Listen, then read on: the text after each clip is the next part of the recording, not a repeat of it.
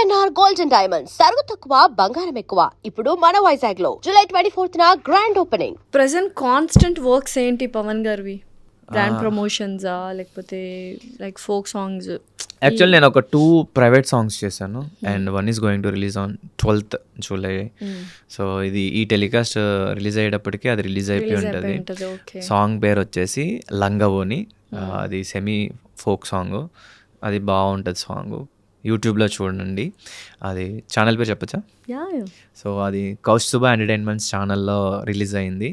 So చూసేయండి. At the same time కావాలంటే నా ఛానల్లో కూడా నేను పెడతాను దాని లింక్. దాంట్లో అయినా చూడొచ్చు మీరు. అది కాకుండా నేను ఓన్గా ఒక సాంగ్ ప్రొడ్యూస్ చేశా. సో ఇప్పుడు అథ్లెట్, తర్వాత యాక్టర్, బిగ్ బాస్ కంటెస్టెంట్, ఇప్పుడు కుకింగ్ మర్చిపోయాను, పెద్ద కుక్, షెఫ్ అయిపోయారు. ఇప్పుడు ప్రొడ్యూసర్. ఏంటి ఇప్పుడు ట్రెండ్ కదా, చాలా మంది ఇట్లనే ప్రొడ్యూస్ చేస్తున్నారు సాంగ్స్. యాక్చువల్లీ నేను ప్రొడ్యూస్ చేయడానికి దర్ ఇస్ ఎ రీజన్. నేను యాక్చువల్లీ ఏమనుకున్నానంటే ఒక సాంగ్ ప్రొడ్యూస్ చేద్దాం, అది కూడా నేను ఒక బ్యానర్ స్టార్ట్ చేద్దాం అనుకున్నా. అది ఇంకా డీపీ క్రియేటివ్ వర్క్స్ అని పెట్టాలనుకుంటున్నా. సో డీపీ క్రియేటివ్ వర్క్స్ అంటే demon Pawan, at the same time Durgaprasad మా ఫాదర్ పేరు. సో 2 వచ్చేలాగా అలా పెడదాం అనుకుంటున్నా. సో స్టార్టింగ్ అట్లీస్ట్ ఒక్కటైనా సరే మా డాడీ గుర్తుగా నేను చేయాలి అని చెప్పి I'm going to do this అనుకొని చేసామాట. సో బాగా వచ్చింది. అట్ ది సేమ్ టైం నేను నా బెస్ట్ ఫ్రెండ్ రీతుతోనే చేశాను. ఇద్దరు కలిసి సాంగ్ రాబోతుంది అయితే. ఈ మంత్ ఎండింగ్ అంటే ఈ మంత్ ఎండింగ్ లోనే రిలీజ్ చేద్దాం అనుకుంటున్నా. ఏంటి love song? It's about it's about కపుల్కి సంబంధించి, అంటే న్యూలీ మ్యారీడ్ కపుల్ మ్యారేజ్ చేసుకునే ముందు ఏమనుకొని చేసుకుంటారు, ఎలా ఉంటారు. So it's a very nice. Producer గా ఎలా ఉంది? వాచిపోయింది సార్. అంటే చిన్న మూవీ, చిన్న సాంగ్ కాబట్టి నేను బెస్ట్ ట్రీట్మెంట్ ఇవ్వాలనుకుంటా. బికాస్ నేను ఎక్కడున్నా నాకు బెస్ట్ ట్రీట్మెంట్ కావాలనుకుంటాను కాబట్టి నేను మంచిగానే చేశాను. నేను చెప్పుకుంటే బాగోదు, మీరు నాతో వర్క్ చేసిన వాళ్ళని అడిగితే బాగుంటుంది. I tried my best. అకామిడేషన్లో కానీ, ఫుడ్లో కానీ, ఇంకా ఎవ్రీథింగ్ మాట. బడ్జెట్ కూడా బాగానే పెట్టాను. ఎంత అయ్యింది బడ్జెట్? చెప్పాలి, ఇది మీ బడ్జెటే కదా, చెప్పండి. ఒక్క సాంగ్ అంటే ఒక ఐడియా. ఇప్పుడు చాలా మంది యంగ్స్టర్స్ ఒక సాంగ్ ప్రొడ్యూస్ చేయాలి అన్నట్టుగా అనుకుంటున్నారు. వాళ్ళ కోసం అంటే ఇంకా ప్రమోషన్స్ ఏమీ చేయించలేదు ప్రస్తుతానికి. జస్ట్ ఓన్లీ షూటింగ్ కి మాత్రమే అయింది. అయితే 6 to 7 మధ్యలో అయింది. 6-7 లక్షలు ఖర్చు పెట్టారు ఒక పాటకి ప్రొడ్యూస్ చేసి. సూపర్, డోంట్ వరీ, చక్కగా హిట్ అయిపోతుంది. సాంగ్ నేమ్ వచ్చేసి బంగారం. బంగారం ఎవరికి ఎవరు బంగారం? ఇద్దరికి ఇద్దరు కపుల్ అంటే ఒకరికొకరు బంగారంగానే చూసుకోవాలి, బంగారంలానే లవ్ చేయాలి, మంచిగా ఉండాలి. So it's a nice song, నాకు నచ్చి. అండ్ మా డాడీకి గుర్తుగా చేద్దామని కూడా చేసిన సాంగ్ అది. సో అది నా ఛానల్లోనే రిలీజ్ అవుతుంది, డెమాన్ పవన్ అఫీషియల్. సోన్ ఇది బాగా హిట్ అయితే ఇంకా నేను ఫర్దర్గా కూడా ప్రొడ్యూస్ చేయడానికి ఇంట్రెస్ట్ చూపిస్తున్నా నా బ్యానర్లో. బికాస్ డీపీ క్రియేటివ్ వర్క్స్ అనేది. సో చూడాలి, ఐ హోప్. అండ్ ఇంకా వన్స్ ఆబ్వియస్లీ వాళ్ళందరినీ అడుగుతారు కదా, మీకు డెమాన్ పవన్ ప్రొడ్యూసర్గా ఎట్లా ట్రీట్ చేస్తాడు, ఎట్లా పేమెంట్స్ అవి ఎట్లా చేస్తాడు అని అడిగితే వాళ్ళు ఆబ్వియస్లీ చెప్తారు కాబట్టి. So I don't want to reveal it now. Okay. But నేను ఎవరిని కూడా నా ఫ్రెండ్ అయినా సరే ప్రొఫెషన్ ఇస్ ప్రొఫెషన్ అన్నట్టే ట్రీట్ చేశాను. డెఫినెట్లీ అది ఉండాలి. తమ్ముడు పెకట్. ఓకే. సో అయితే ఆఫ్టర్ మొత్తం కెరియర్, ప్రొఫెషన్, ఎవ్రీథింగ్, బీటెక్లో చదువుకునేటప్పుడు కానీ లేకపోతే ఆ తర్వాత కానీ ఎవరైనా గర్ల్ ఫ్రెండ్ లవ్ స్టోరీస్ అందరికీ ఉంటాయి, ఫస్ట్ లవ్ అన్నట్టుగా. సో అలా ఏమైనా ఉన్నాయా మనకు? అంటే నాకు ఫస్ట్ నుంచి లవ్ అంటే భయం. అమ్మో, ఎందుకు? వన్ సైడ్ లవ్ ఉండే. బట్ మీరు వన్ సైడ్ లవ్? ఎవరిని? బీటెక్ పెళ్ళి అయిపోయి హ్యాపీగా ఉంటారు, మళ్ళీ మాడిపోయిన. అసలు అమ్మాయి కన్నా తెలుసా మీరు వన్ సైడ్ లవ్ అని?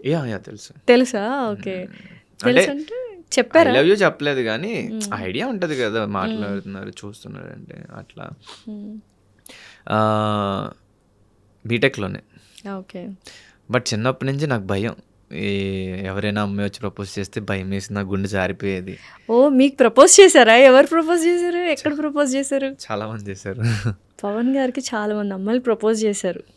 ఎప్పుడు స్కూల్ టైంలోనా? స్కూల్ టైం నుంచి ఉంది. ఓకే. ఒక 2, 3 సరదాగా చెప్పండి ఎలా ప్రపోజ్ చేశారు? స్కూల్ టైంలో ప్రపోజల్స్ ఎలా ఉంటాయో సో చూద్దాం. స్కూల్ టైంలో నా ఫస్ట్ అంటే ఈ లెటర్స్ ఇవన్నీ కాకుండా నా ఫస్ట్ ప్రపోజల్ ఎలా అంటే, నేను వాలీబాల్ ఆడుతున్నా. సో తర్వాత వాలీబాల్ ఆడుతుంటే ఒక బుడ్డోడు ఒకడు వచ్చి అన్నయ్య ఇట్రా అన్నాడు. ఎరా చెప్పరా అంటే ఇట్రా అన్నయ్య అంటే తీసుకెళ్ళి ఏదో ఇచ్చాడనమాట లెటర్. ఏంట్రా ఫ్లవర్ లెటర్ ఇచ్చాడు. ఇచ్చి ఏంట్రా అంటే ఆ అమ్మాయి ఇవ్వమంది అన్నయ్య, ఆ అక్క ఇవ్వమంది అన్నాడు. నాకు గుండె జారిపోయింది. తర్వాత ఆ అమ్మాయి వచ్చింది. నా వల్ల అవుతలేదు, షివర్ అయిపోతున్నా. నీ కష్టం పగవాడికి కూడా రాకుండా. షివర్ అయిపోతున్నా, నాకు ఏం మాట్లాడలా. అంతే. అంటే ఇట్స్ ఒక తెలియని ఎక్స్పీరియన్స్. కంగారు, టెన్షన్ ఎలా తీసుకోవాలో అర్థం కాలేదు. తనేమో నీ ఆన్సర్ చెప్పు అంటుంది. నేనేం చెప్తా, నేను ఇంకా అలా నడుచుకుంటూ అలా వెళ్ళిపోయాను. లెటర్ చూసారు ఓపెన్ చేసి ఏముందో? ఏమన్నా ఏదో రాసింది, అంత గుర్తులేదు కానీ పెద్ద లెటరే. మరీ పెద్దది కాదు, మీడియం. ఓకే. ఫస్ట్ టైం చూసినప్పటి నుంచి లైక్ నేను అబ్జర్వ్ చేస్తూ ఉన్నా. ఎందుకో తెలీదు. ఏ ఏజ్ అప్పుడు ఇది?